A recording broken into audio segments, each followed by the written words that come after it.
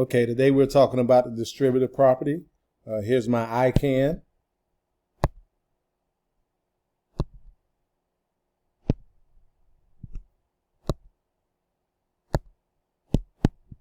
Okay, and here's my essential question. Now remember, we can use both of them to fill out our summary, so that what did we do today and what did you learn can be used with your ICANN and the essential question. All right, so the purpose of the distributive property is to get rid of parentheses. Okay, so I can get rid of parentheses. I'm gonna run off the paper.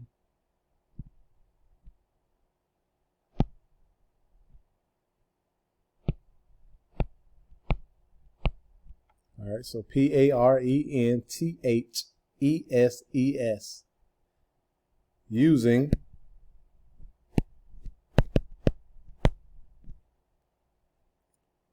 the distributive property. Now, I tell you all the time, you can write shorthand as long as you know what it's for. So that's why I always give you examples of shorthand. They're your notes. So with them being your notes, as long as you understand what you're writing, you can write shorthand. Okay. So what is the distributive property? All right. The distributive property is used to simplify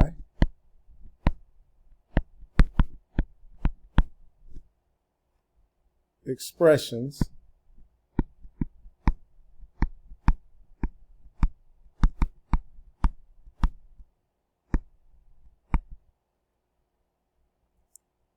by multiplying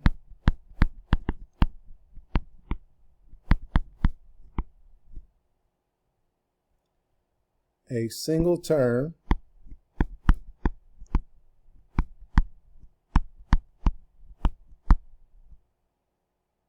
by two or more terms inside parentheses.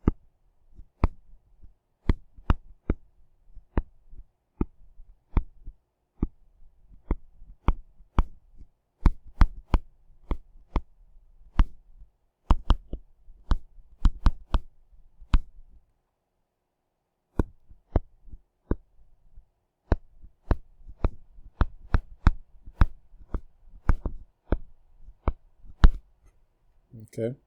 Again, it's used to simplify expression by multiplying a single term by two or more, by multiplying a single term by two or more terms inside of parentheses. Okay. So this is what distributing looks like. Okay. So you have A. So A is our single term, and we're going to multiply it by the two terms inside of our parentheses, okay? And that should equal A, B plus A, C, okay?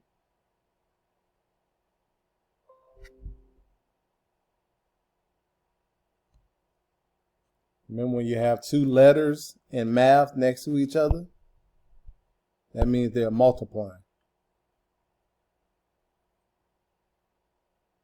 All right, so let's move up a little.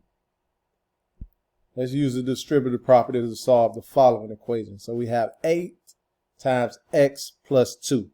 Okay, so 8 is our single term, and we're going to multiply that by the inside terms inside. So we have 8 times x first, okay? So 8 times x give us 8x. And then we have 8 times 2. 8 times 2 is 16. Remember, we have two positive numbers, so it stays positive. You can use your integer cheat sheet when it goes to negative numbers. Also remember, if I'm moving too fast for you, you can always pause the video or hit reverse. Okay. So now it says, now what if you have a negative number outside of the parentheses and the operation is subtraction? Cool. All right. So again, use your integer cheat sheet to help you out. So now we have negative a times b. Okay. So negative a times b should give us negative ab. And then we have negative a times negative c. So now we have two negatives, okay? And remember, a negative times a negative turns positive. And we have a times c as our answer, okay? And we cannot combine these two because they're not like terms. So negative ab plus ac is our answer.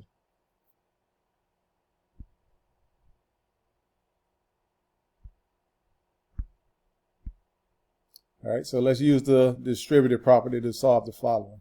We have negative 5 times x minus 4. Okay, negative 5 times x minus 4. So we're going to take that negative 5 and multiply it by x first. So negative 5 times x gives us negative 5x.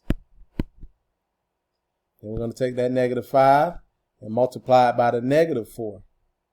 Two negatives turn positive. So we know our answer is going to be plus or a positive integer. So negative 5 times negative 4 is a positive 20.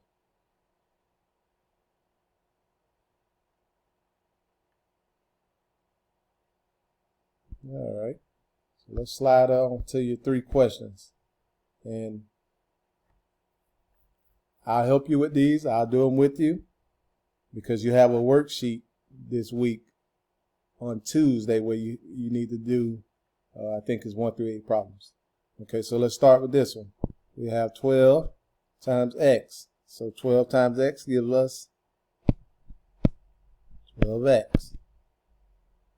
Okay, and we have 12 times a negative 4. So you got a positive 12 times a negative 4. So our answer is going to be negative 48. Okay, again, you're multiplying the positive and the negative, so your answer should stay negative. And you can always write the little notes. You can always use your notebook and write notes down, so you don't have to write everything I write. You can write down what you need to know. Okay, so I can do negative times a positive equals a negative, or a negative times a negative equals a positive. Positive times positive stays positive. Okay, so you can, if I were you, I'll write that down and highlight it if I have trouble with it. Let's move on to number 2. We have negative 8 times y. All right, so negative 8 times y gives us a negative 8y. Then we have a negative 8 times 12. We have a negative times a positive, so that means our answer is going to be negative. So negative 8 times 12 gives us a negative 96. Okay, and that's our answer because we can't combine these because they're not like terms. Let's move up to our last problem. Again, if I'm moving too fast, press pause or rewind the video. So we have a negative outside. Well, what's really it is a negative 1. Okay, so anytime you have a negative outside of parentheses, it's really a negative 1 on the outside of it. So we have a negative 1 times a positive x. Okay, so a negative times a positive is going to be negative. So we have a negative 1x. Okay, next we have a negative 1 times a negative 11. We have two negatives now. So when you multiply two negatives together, turn positive. 1 times 11 is 11. Okay. Now again, we don't have to turn in our notes this week, but they do need to be done because you never know when I'm going to ask to check your notebook. And I want to make sure you have all this stuff in there. Okay. If something's new to you, highlight it. It's called marking your text. Underline it. Circle it. Put a star next to it. That way you know it's something important. Okay. Now we're writing our reflection. D, L, I, Q. So what did we do? Today we did the distributive property. So today in class we did the distributive property. What did we learn? Okay. Your second sentence should be, what did we learn? Your third sentence should be, what did I find interesting?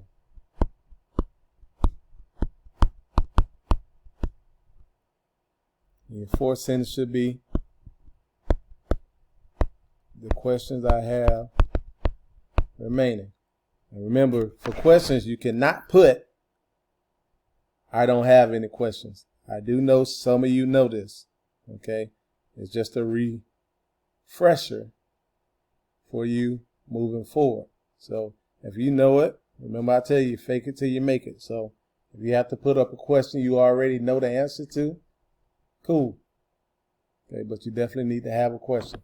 Remember, our 4 sentences need to be capital up front and some type of punctuation at the end. Okay, period, question mark, exclamation mark. Okay, something to close off the sentence. Okay, if you have any questions, reach out to me.